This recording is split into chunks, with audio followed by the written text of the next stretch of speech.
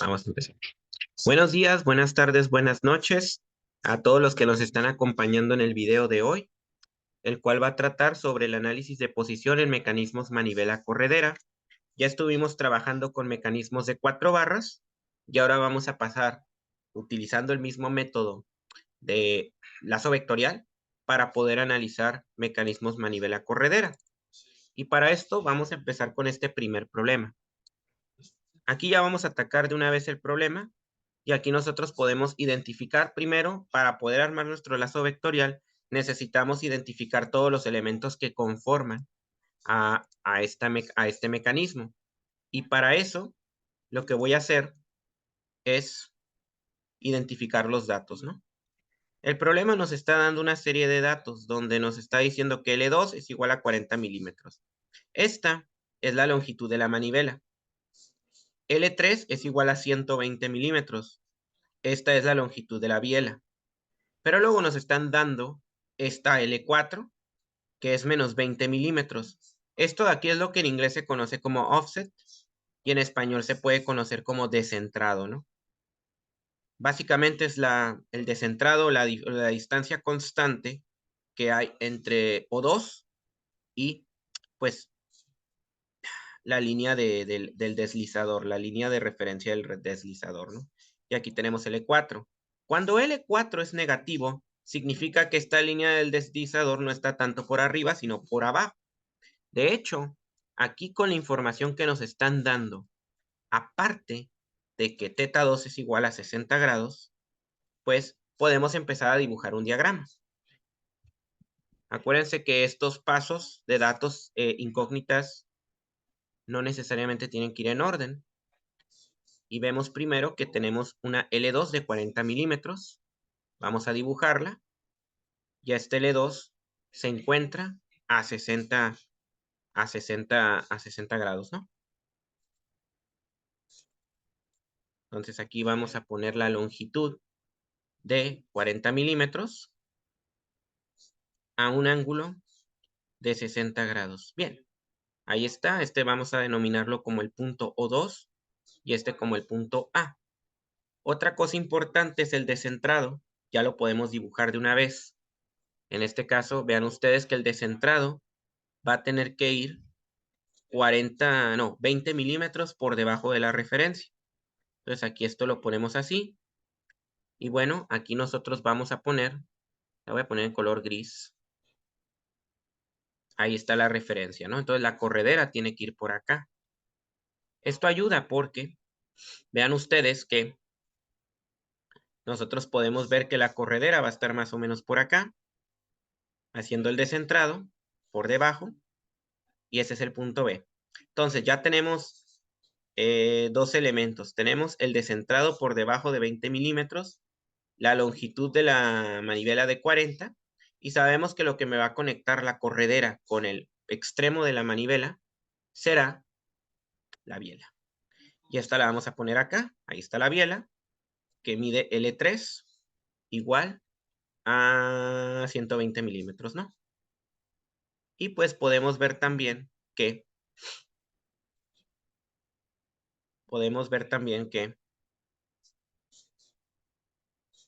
aquí yo tengo la posición L1, esta varía. La posición L1 es la distancia que hay de la corredera con respecto a 2. Pero ojo, ya había dicho que también es la de L4 igual a 20. La diferencia aquí es que L1 es cambiante. De hecho, L1 va a ser una de las incógnitas que me pregunta el problema, así como el ángulo θ3. Respecto a este ángulo, al θ3, hay que tener mucho cuidado cómo lo estamos midiendo, porque dicho ángulo lo vamos a medir de tal manera que tiene que ser desde el eje X hasta L3. Por lo tanto, este tiene que ser θ3, ¿no? Bueno, vean ustedes que con esto ya se me describe un polígono. Y con esto nosotros vamos a empezar a trabajar. Por ejemplo, si nosotros consideramos primero el ángulo de la manivela junto con la longitud, sabemos que el vector va a tener que estar apuntando acá arriba, por lo tanto este va a ser R2. Por su parte, vean ustedes que aquí tenemos L4. L4 lo podemos tomar desde acá y aquí ponemos R4, ¿no? Vean ustedes que R4 siempre va a estar formando un ángulo, de tal manera que θ 4, como lo estamos viendo aquí, tiene que ser igual a 90 grados. Y aquí lo vamos a poner. θ 4 es igual a 90 grados. Posteriormente, L1, aquí tenemos L1, lo pasamos para acá y esto aquí es R1. θ1, que es el ángulo que va a formar R1, pues va a ser igual a 0 grados. L1 no lo conocemos, queda como incógnita. Y finalmente, para que esto sea congruente con el ángulo de θ3 obtuso, esto aquí tiene que estar apuntando para arriba. Bueno, vean aquí que R1 y R3, cuando lo sume, voy a tener como resultado lo mismo que al sumar R4 y R2, formándome así el lazo vectorial. Este es un paso que puede generar, digamos, dificultades para quienes están empezando con el tema, pero una manera fácil de apoyarse es que siempre deben haber dos colas y dos cabezas juntándose. Ahí sabemos que te parten las dos ramas del lazo vectorial. Por un lado, la rama de R1 más R3 y por otro lado, la rama de R4 más R2. Habiendo hecho esta observación, lo que sigue ya va a ser expresar los ángulos de este lazo vectorial. Pero antes debemos de suponer que pues este mecanismo va a consistir de cuerpos rígidos para que el lazo vectorial siempre cierre con las mismas longitudes. La manera de expresar estos vectores, que voy a subir por acá, de hecho podemos hacer un paso previo donde pasemos todo de un lado y se quede 0 del otro, de tal manera que aquí yo tenga R1 más R3 menos R4 menos R2 igual a 0. Y bien, ya de aquí lo único que vamos a tener que hacer es L1, EJθ1, o sea, ya expresando los vectores en notación polar. Y pues aquí nada más es cuestión de ir desarrollando el resto de los vectores, ¿no? Menos L4, EJθ4, menos L2, EJθ2. Y ya pues todo esto es igual a 0, ¿no? Bien.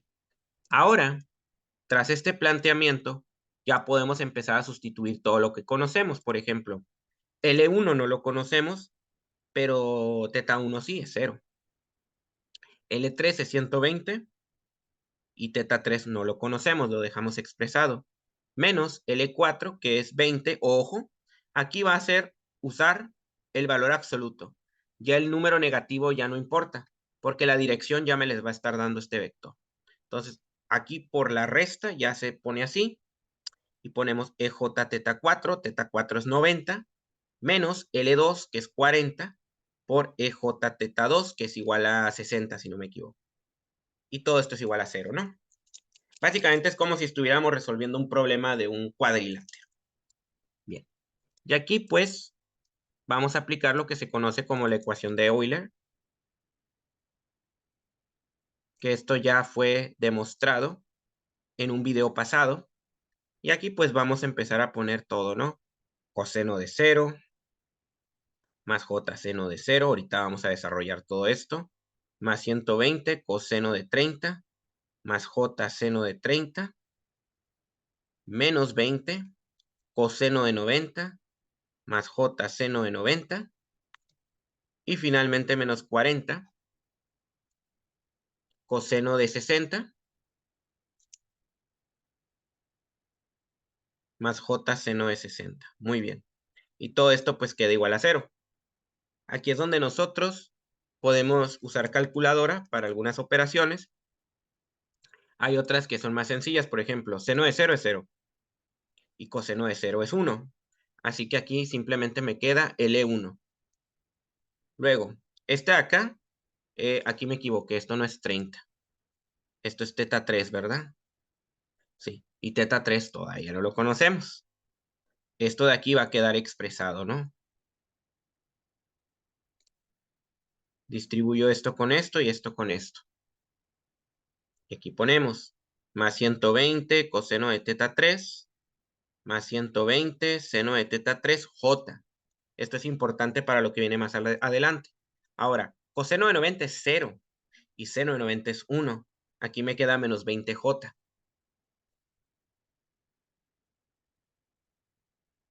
Y finalmente vamos a desarrollar estos términos de acá, menos 40 coseno de 60 y menos 40 seno de 60J. Ahorita, por ejemplo, lo voy a dejar expresado.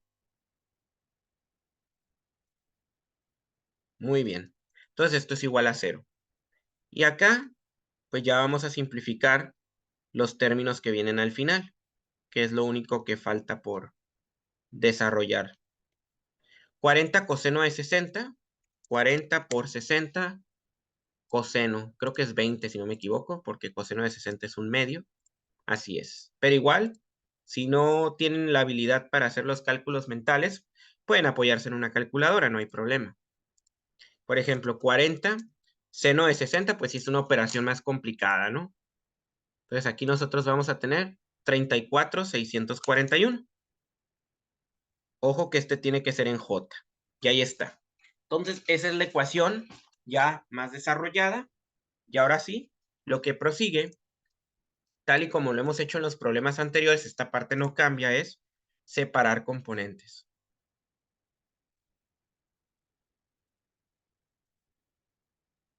Entonces, vamos a separar la parte real, que es L1 más 120 coseno de teta 3, es decir, este, y finalmente JJ, y este menos 20, ¿no? Igual a 0. Del otro lado tengo las componentes imaginarias, que es 120 seno de teta 3 menos 20, y luego aquí tengo 34,641. Y aquí pues nos va a dar los resultados que van a ser para teta 3. Bueno, luego, habiendo hecho esto, vamos a ver que tenemos un sistema de dos ecuaciones por dos incógnitas. Las incógnitas son L1 y teta 3. Sin embargo, a diferencia de lo que hemos hecho con 4 barras, este problema es un poquito más directo, porque como podemos ver, en la ecuación número 2, prácticamente nos queda una incógnita, por lo que este problema se puede resolver casi con un despeje simple, ¿no? Donde el seno de teta 3 va a ser igual a menos 20 menos 34 pasado para el otro lado, nos va a quedar 54,641. Eso lo vamos a pasar dividiendo sobre 120. 54,641 entre 120 me va a dar 0,4553. Y esto lo colocamos acá. Finalmente sacamos el seno inverso de esto y vemos que nos va a dar un ángulo agudo de 27,08. 27,087, ¿no? Muy bien. Pero cuando nosotros vemos la imagen o el diagrama que pusimos, parece que no checa. La razón es que este problema en realidad tiene dos soluciones. No solamente tiene la solución que está ilustrada ahí, sino una versión con el ángulo agudo. Y para encontrar dicha solución, lo que vamos a hacer es recordar que el seno inverso tiene dos soluciones. Tiene esta, pero también 180 grados menos la respuesta obtenida, ¿no? Y aquí ya nos va a dar una solución que se parece, 152,913. Ahora, para comprobar que esto es correcto, podemos simplemente decir, ok, vamos a sacar el seno de ambos valores, 27,087, y le sacamos seno y encontramos que es precisamente lo que encontramos. Pero también podemos comprobar que 152,913, cuando le sacamos seno, me da exactamente lo mismo, ¿no? Entonces, vemos que el mecanismo tiene dos soluciones.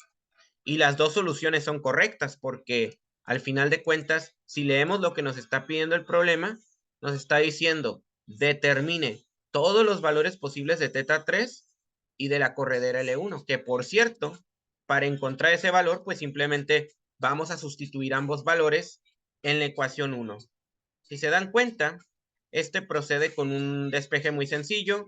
L1 lo podemos dejar del otro lado y finalmente aquí podemos poner 20 menos 120 coseno de teta 3. Y bien, ahora sí, lo que vamos a hacer es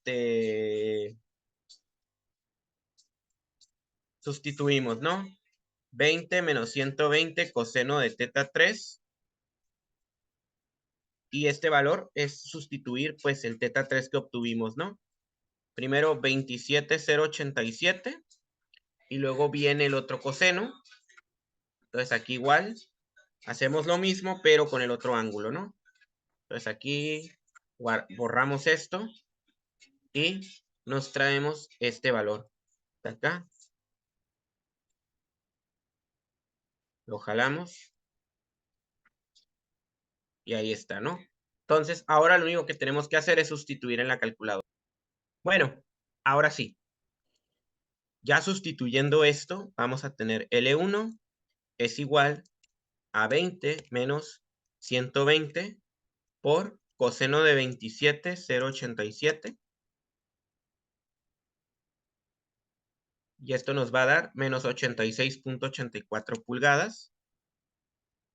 ¿Son pulgadas o milímetros?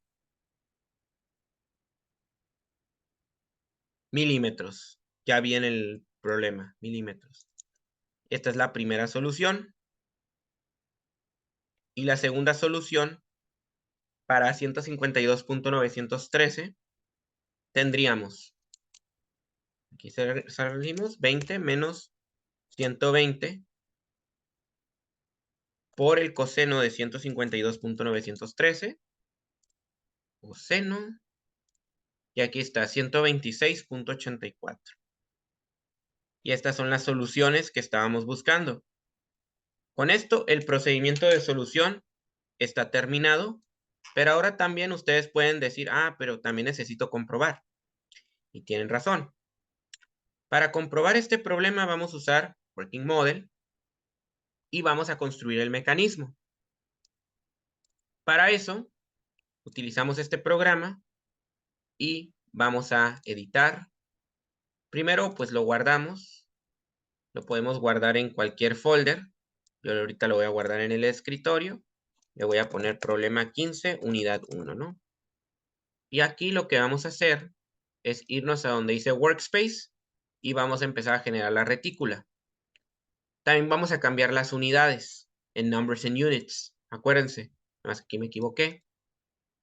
Le damos clic y aquí en vez de sistema interno, aquí vamos a usar sistema internacional, pero en vez de radianes vamos a usar grados y en vez de metros vamos a usar milímetros, que son justamente las unidades que estuvimos usando en este problema.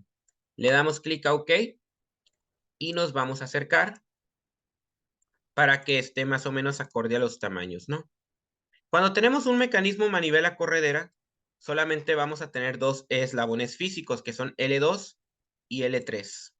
Y estos eslabones físicos los vamos a dibujar. L2 que mide 40 y L3 que mide 120. Entonces aquí los dibujamos. L2 que mide 40. Aquí le cambiamos, por ejemplo, 40, nomás que le moví. Y finalmente para L3 que mide 120, si no me equivoco. Ahí tenemos los dos eslabones a los cuales, como ya lo hicimos en ejemplos pasados, vamos a ponerles sus respectivos pins o pasadores. Bien, ahora para representar la corredera, sabemos que este está en un descentrado de menos 20. Esa corredera nosotros la vamos a dibujar con este elemento que se llama Slot Element. Le damos clic y vamos a ubicarla a 20 por debajo, porque acuérdense que O2 va a estar en el origen, ¿no? Entonces, esta queda por debajo y vean ustedes que ahorita dice menos 30, la cambiamos a menos 20. Bien. Finalmente nos toca solamente ir conectando todo el mecanismo. Por ejemplo, la parte izquierda de L2 se conecta con O2. La parte izquierda de L3 se conecta con A. Y aquí la parte importante, queremos conectar este con la corredera. Seleccionamos la corredera, presionamos Control, presionamos Shift y vean ustedes que estas también se pueden unir. Y ahí tenemos nuestro mecanismo manivela corredera. Ahora, este lo tenemos que poner a 60 grados. Y si se dan cuenta, esto va a estar a menos 27,087 medido pues obviamente desde acá. De hecho, esto lo voy a anotar. El ángulo que te da es este negativo, ¿no? Pero si este ángulo es el de 27 y lo mides igual desde acá por alternos internos, sabes que la resta de este para 180 te va a dar alrededor de 152.91, que es precisamente el resultado que estábamos buscando, ¿no?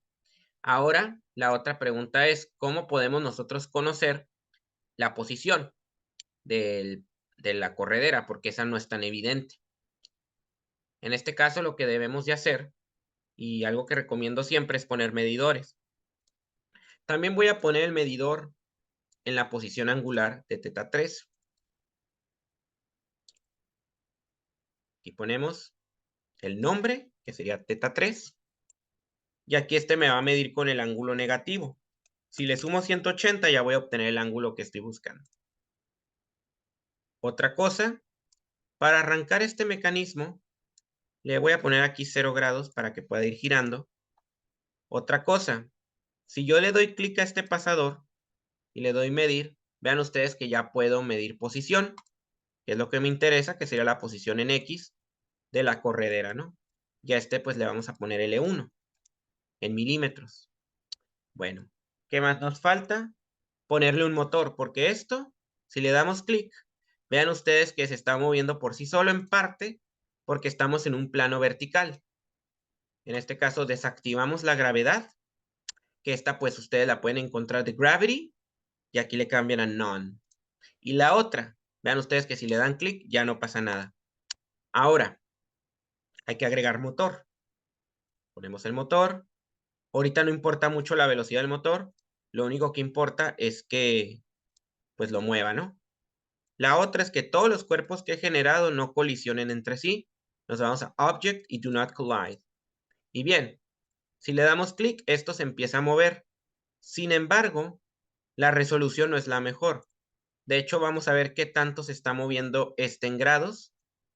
Vamos a medir la posición de teta 2. Ok, aquí me equivoqué. No lo puse en el mejor lugar posible. Así que aquí vamos a poner y le vamos a cambiar el letrero a teta 2, ¿no? Obviamente este tiene que llegar a 60. Vean ustedes que es muy crudo el... Entonces, ¿cómo mejoro el refinamiento de esta simulación? Me voy a World, Accuracy, y aquí en vez de 40, perdón, le puedo subir ahorita 2000 marcos por segundo. Esto ya es a ojo de buen cubero, ¿no? Pero vean ustedes que esa precisión ya me va a dar un refinamiento mucho mejor de la simulación, como pueden ver en el time step del teta 2. Ahora, nosotros queremos que la simulación se detenga cuando teta 2 es igual a 60.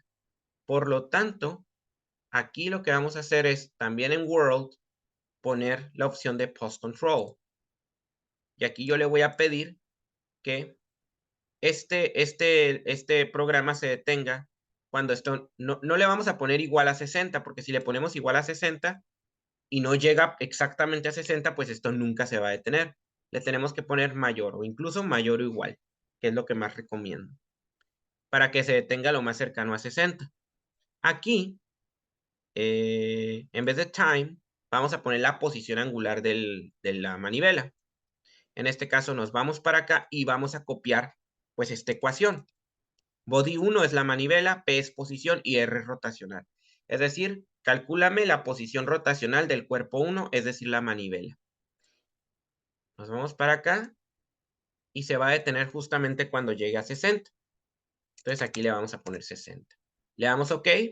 La computadora no se queja diciendo pues que la operación es válida.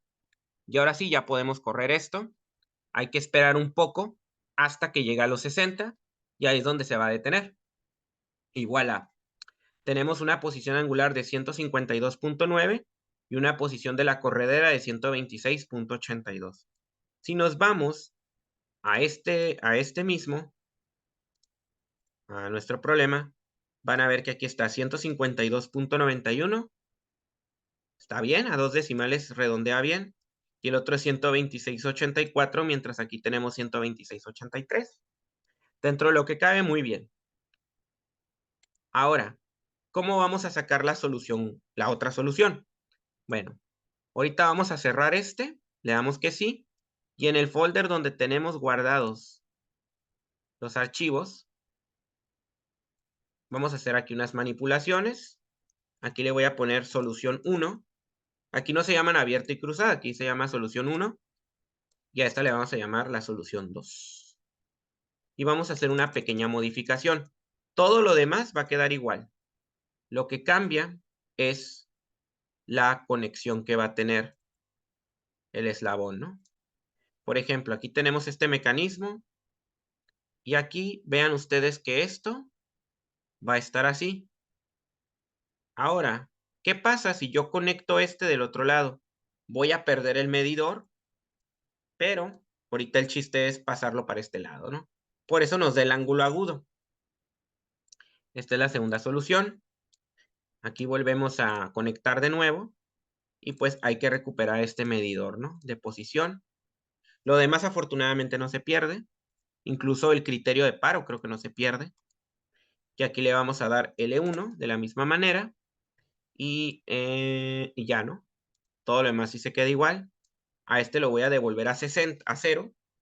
Y ya, todo lo demás es exactamente igual. Lo único que hicimos fue cambiar la posición de la corredera y obviamente volver a generar ese medidor, ¿no? Le damos clic y pues obviamente tenemos que esperarnos a que teta llegue a 60. El criterio de paro no se tiene, no se daña. Y vean ustedes que la solución es 27076, que es justamente más o menos lo que tengo aquí. 11 centésimas, 11 milésimas el error. Y la posición menos 86.84. Y aquí lo tenemos como menos 86.87. Pues ahí está, ¿no? Incluso, si ustedes quieren una mejor precisión, siempre pueden jugar con el accuracy y decir, ¿saben qué? Ahora quiero 10,000. Le doy OK y, y esto se va a ir deteniendo cada vez más cerca al ángulo de 60. En cursos previos yo decía, pues deténganlo a mano, pero ya que descubrí este criterio de paro, pues ya ni siquiera eso tienes que hacer manualmente. Como ven, Working Model es un programa que en apariencia es primitivo, pero es muy poderoso, sobre todo cuando vayan a analizar mecanismos bidimensionales, ¿no? Lo pueden usar para sus tareas y también para sus proyectos, ¿no? Vean ustedes aquí, ya se detuvo en 60 y vemos que la precisión es menos 86.86. Igual aquí, las cuestiones de precisión no solamente tienen que ver con el programa, sino cómo fui metiendo los números a la calculadora, ¿no? Y bueno, pero dentro de lo que cabe estamos en el ballpark, ¿no? No estamos tirando muy lejos. Por lo tanto, podemos considerar este problema como resuelto y solucionado. Bien, entonces esto se guarda, hay que resetearlo y cerramos. Bien, ahí está entonces la solución del primer problema. Vamos a hacer otro para ir consolidando el concepto. Lo que sí, obviamente, que tenemos que tener en cuenta es el armado de lazo vectorial, porque aquí otra vez tenemos un manivela corredera, pues ahora con el eje vertical. Entonces, igual como lo hicimos hace rato, este es el problema 1.16 y tenemos que identificar algunos datos. La longitud de la corredera L2 es igual a 0.75. Nos están dando este ángulo de 50 grados. No le estoy poniendo θ2 por razones que a continuación voy a explicar. Luego la biela mide 4, no más que la biela es L3. Son pulgadas, ¿eh? Luego, ¿qué más? Tengo este descentrado, ¿no? Que es de media pulgada. Ya vieron que el signo, de hecho, está pues hacia la derecha. Podría poner el descentrado positivo, pero realmente el signo es una representación. ¿Qué más? ¿Qué más? ¿Qué más? Bueno, creo que ya no tengo más. Y pues el problema nos pide hallar L1 y θ3. A diferencia del problema anterior, aquí nada más vamos a encontrar la solución correspondiente a este mecanismo. Y para esto nosotros podemos ir trazando un lazo vectorial, ¿no? Por ejemplo, vean ustedes que si yo tomo este problema, yo puedo ir apuntando, por ejemplo, el descentrado, que es L4, hacia la derecha, ¿no? Sin ningún problema. Y podemos ir representando que estos son los vectores más sencillos, el desplazamiento de la corredera como este vector vertical. A partir de esto, nosotros debemos de dibujar el resto de los vectores. Por ejemplo, vean ustedes que teta 4 va a ser 0, porque es un vector completamente horizontal, y teta 1, al ser vertical y al haberlo dibujado de esa manera, sabemos que este ángulo tiene que ser de 90, ¿no? Entonces aquí ponemos teta 4, mentira, teta 1 igual a 90, ¿no? Luego, también tenemos este ángulo, acuérdense, el ángulo que forma la misma horizontal con el eje de la biela, es teta 3, este no lo conocemos. Entonces sabemos que la biela tendría que ir así para que se respete el ángulo de apertura, ¿no? Y bueno, finalmente la manivela, pues en vez de que apunte al tercer cuadrante, vamos a hacer que apunte al segundo. Y vean ustedes, si aquí yo tengo 50 grados, aquí lo vamos a ver de frente, de cerca, aquí se cierra el lazo vectorial, obviamente. Si aquí yo tengo los 50 grados, lo voy a marcar así. Si yo dibujo aquí una línea auxiliar, que la pongo, y esto de acá también va a ser 50 grados, o sea, teta 2, ahora sí, es igual a 50 grados, ¿no? Por alternos internos. Entonces aquí me voy para acá y vemos que ahora sí, teta sí es teta 2. Ahora tenemos que ver si se respeta el criterio de 2 puntas y 2 cabezas, que en efecto sí se respeta. Aquí podemos ver las 2 puntas, las dos colas, y aquí tenemos las 2 cabezas. Entonces quiere decir que hay 2 recorridos que cierran igual, ¿no? Por un lado, vamos a tener este vector al que vamos a llamar R3 con un ángulo obtuso de teta 3. Sabemos que si teta 3 me da un ángulo obtuso, esa es la solución correcta. R2, cuya longitud y orientación ya conocemos, igual que con R4, ¿no? Que es el descentrado. Todas van siguiendo un mismo camino desde este punto. No necesariamente tienen que empezar en O2. Por ejemplo, aquí empezamos en B, luego nos fuimos hacia O2 y aquí estamos, mentira, ese es A y este es O2, que es en el soporte. Y luego de aquí nos vamos a esta parte donde cruzan los dos, ¿no? Entonces aquí tenemos estos tres, empieza acá y termina acá. Y R1 que va por su cuenta, empezando y terminando en los mismos puntos. Entonces sí, es factible aplicar el lazo vectorial siempre y cuando se respete la suposición de cuerpos rígidos, ¿no? Bien. Ahora, dicho esto, vamos ahora sí con el análisis. Y para el análisis, nosotros vamos a plantear ese lazo vectorial. Por un lado teníamos R3 más R2 más R4. Y por el otro lado tengo R1. Como lo hacemos siempre, primero vamos a jalar R1 para el otro lado, con signo contrario, y todo esto es igual a 0. Y después ya podemos expresar los vectores en su forma polar. L3 EJ teta 3 más L2 EJ teta 2 más L4 EJ teta 4 menos L1 EJ teta 1 igual a 0. Eso de ahí ya a estas alturas tiene que estar más dominado.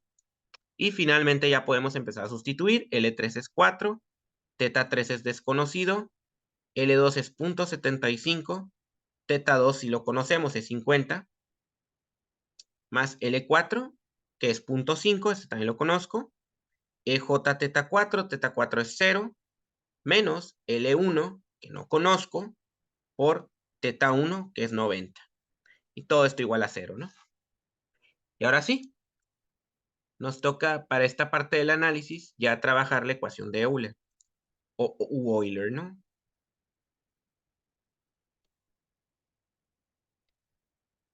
Bien, tenemos esta ecuación y vamos a poner 4 por coseno de teta 3 más j seno de teta 3 más 0.75 coseno de 50 más j seno de 50.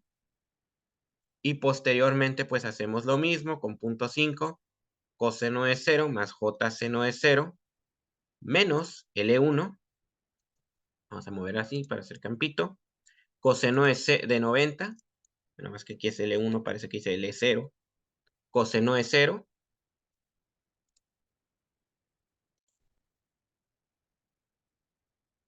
coseno de 90, seno de 90. Ahí está. Y todo esto igual a 0, ¿no? Bien. Ahora sí vamos a simplificar. Como teta 3 no lo conocemos, podemos dejar expresados estas dos componentes. Luego, aquí, esto, pues, es algo que se tiene que hacer por calculadora más adelante.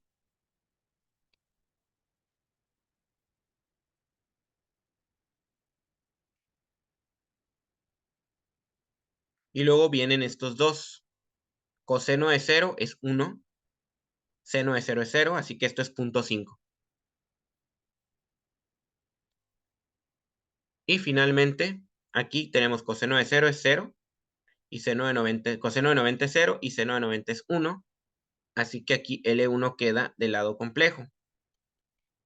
Y esto queda igual a 0. Bien. Esta ecuación es importante porque es la base de la cual vamos a partir para resolver el problema. Y el planteamiento, lo que se continúa con el planteamiento, es la separación de componentes, ¿no? Entonces, real, tenemos 4 coseno de 30. Luego tenemos 0.75 coseno de 50 más 0.5 igual a 0. Ahí está la parte real. Para la parte imaginaria, nosotros tenemos 4 seno de teta 3 más 0.75 seno de 50 menos L1. Y con esto pues vamos a obtener los valores correspondientes. Ya saben, primero vamos a resolver la ecuación que tenga menos incógnitas, o sea, la primera, porque involucra una solución prácticamente directa del problema. Entonces aquí metemos esto, 4 coseno de teta 3 más, y aquí podemos hacer la operación del 0.75 coseno de 50 más 0.5, ¿no? Y esa suma me va a quedar 0.9821, ya redondeado a 4 decimales. Y esto es igual a 0. Bien. Ahora pues es despejar esta ecuación, que sería ecuación 1. Y pues aquí nada más se resuelve para teta 3. Es coseno inverso de 0.9821 dividido entre 4. Negativo, ¿no? Aquí se importa el signo. Y vamos a resolver. Esto, cambiado el signo, dividido entre 4. Ya a esto le vamos a sacar coseno inverso, ¿no? Y esto me da 104.2127. Y esto sí checa, esto de aquí sí checa con lo que está en la figura, porque precisamente teta 3 es un ángulo obtuso. Ahora lo que hacemos finalmente es sustituir en 2, ¿verdad?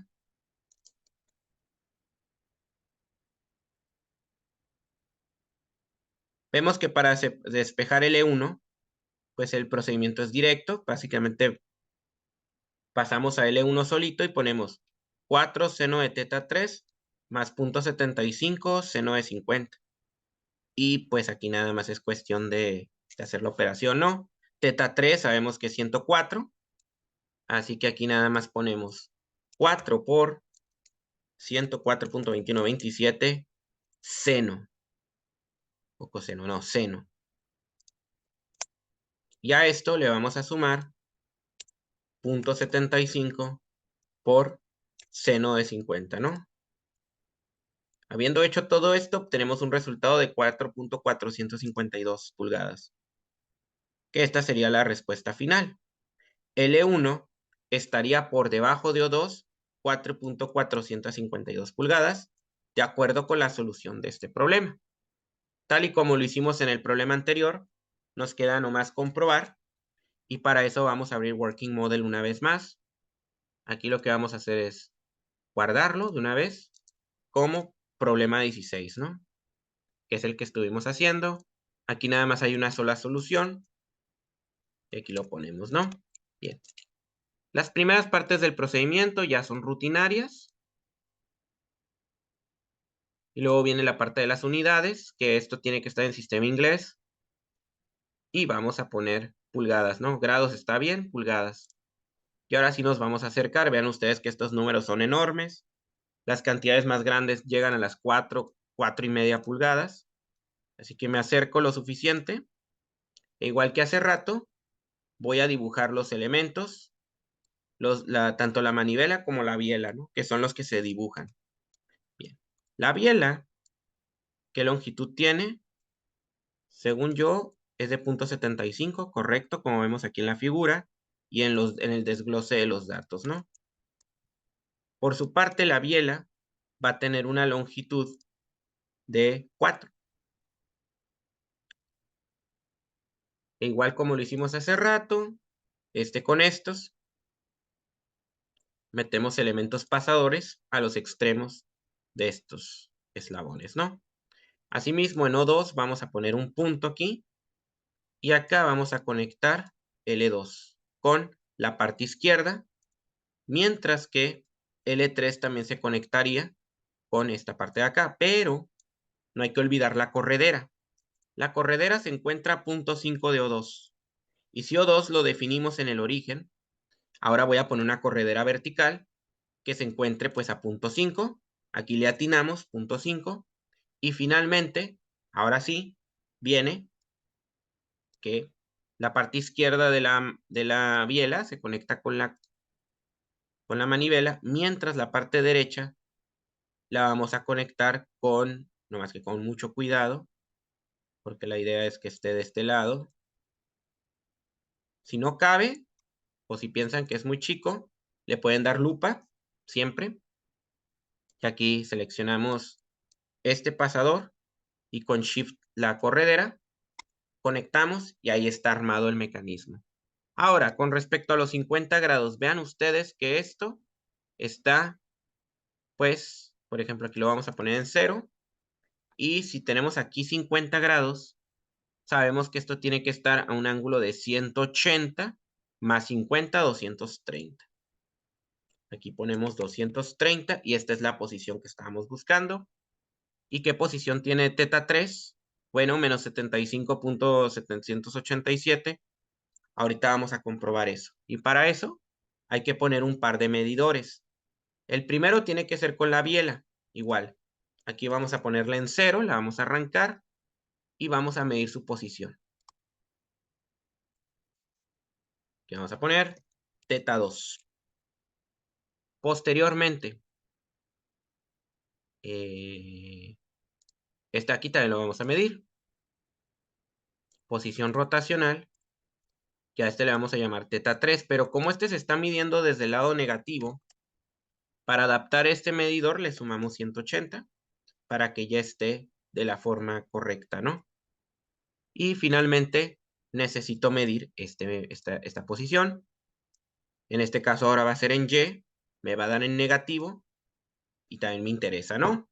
Bueno, hay que poner una vez más, quitamos la gravedad y ponemos un motorcito. Si nosotros vemos el medidor de teta 2, vamos a darnos cuenta que pues obviamente la precisión no es muy buena. Para eso nos vamos a, aquí lo que hice fue que otra vez se ajustara a los tamaños, ¿no? Vamos a cambiar lo que es el accuracy. En vez de 40 le voy a dar, no sé, 2000. Y la otra es el criterio de pausa, que en este caso este eslabón, el body 1, de hecho esta medición, pues tiene que ser mayor o igual a 230, ¿no? Para que jale. Ok, creo que algo hice mal. Ya está. Y acá me voy al post control, meto nueva condición y que esta rotación sea mayor o igual a 230 para que se detenga. Y aquí ya hacemos la corrida.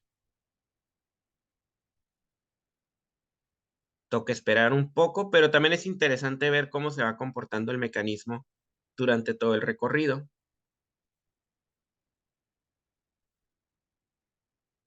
No hay que preocuparse. Cuando llegue a 230, esto se debe de detener.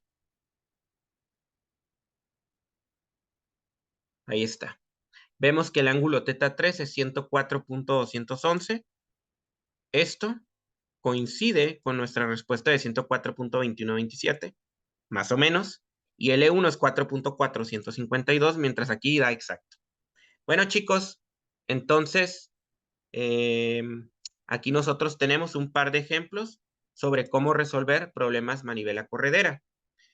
Por mi parte, por el día de hoy sería todo.